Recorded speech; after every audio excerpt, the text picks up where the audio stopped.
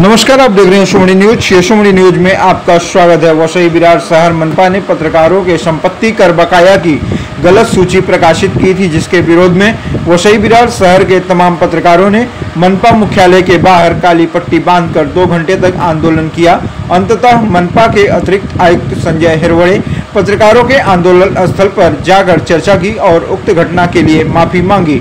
वसई विरार शहर के पत्रकारों ने एकजुट होकर अपने स्वाभिमान की इस लड़ाई को सफल बनाया। वसई विरार शहर मनपा ने संपत्ति कर बकाया दिखाने वाले पत्रकारों की एक लिस्ट तैयार की थी। ये लिस्ट सोशल मीडिया पर वायरल हो गई। इसमें उन पत्रकारों के नाम थे जिन्होंने संपत्ति कर चुकाया था। इसके अलावा जो संपत्ति पत्रकारों की नहीं है उसे भी पत्रकारों का दिखाया गया था। इससे समाज में पत्रकारों के बारे में गलत संदेश फैला और उनकी बदनामी हुई। इसके विरोध में बुधवार को तमाम पत्रकारों ने मनपा मुख्यालय पर विरोध प्रदर्शन किया, जिसमें पत्रकार संगठनों, सभी समाचार पत्रों अथवा यूट्यूब चैनलों के पत्रकारों ने बड़ी संख्या में भाग लिया।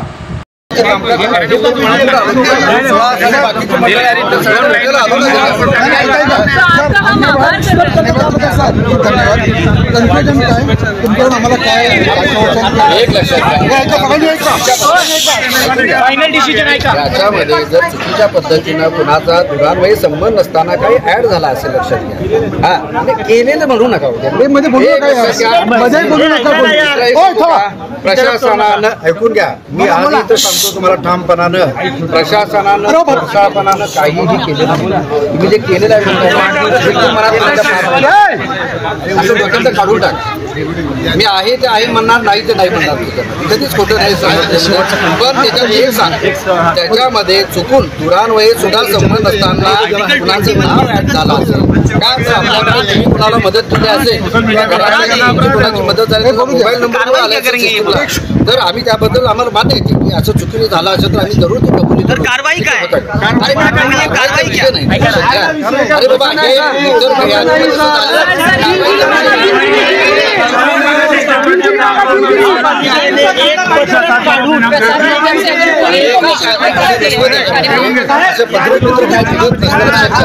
हा एक भाग आहे सिस्टीमचा, लक्षात घ्या। तुमची बदनामी करावी हा हेतू नाही आहे। आणि आपण यादीमध्ये असं दाखवलंय का ज्याची कोणाची थकीत नसताना थकीत दाखवलंय का? तसं झालेलं नाही। तो सिस्टीम मधला एक भाग आहे त्याच्यामध्ये, असं होणार नाही, लक्षात घ्या। जे थकीत असेल ते थकीत त्यांच्या नावाने झिरो दाखवले का? त्याची नाव थकीत असतात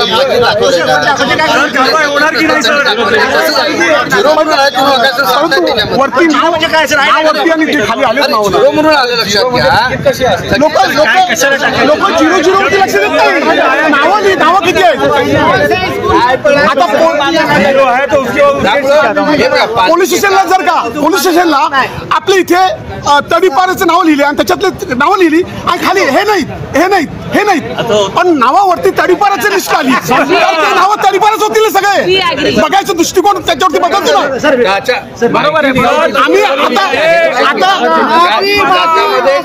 काय बघा, मोबाईल नंबरमुळे काही जर चुकीची माहिती ऍड झाली असेल तर आम्ही कबूल करतो। पुढच्या वेळेला असं होणार नाही साहेब, आम्ही भरलेलं ते आले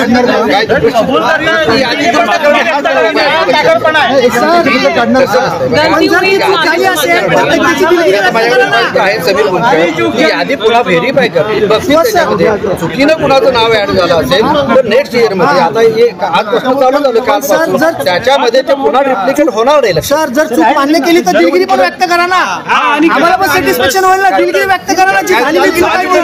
या ठिकाणी बघा, तुमचा दुरान्वयी संबंध नसताना सुद्धा काही जर चुकीचं नाव आलं असेल, चुकीचा टॅक्स पडला असेल, त्याचा टॅक्स पडणार नाही मला माहित आहे, पण तुम्ही कुठे मदत केली म्हणून दुरान्वयी काही ते जोडला असेल तर निश्चितपणे आम्ही चूक कबूल करतो। ती चूक लक्षात घ्या, त्याही पुढे ती चूक या वर्षी आता आमच्या समीर भोमकरनी ते काम करायला घेतलेलं आहे, ते दुरुस्त करतील।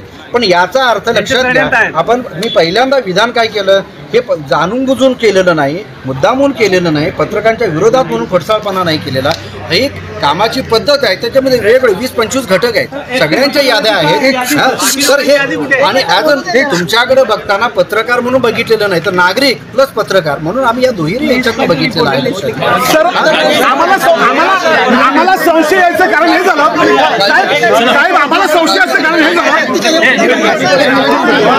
आम्हाला संशय असा येतो की असंख्य चुका ह्या आमच्या सूचमध्ये झाल्या.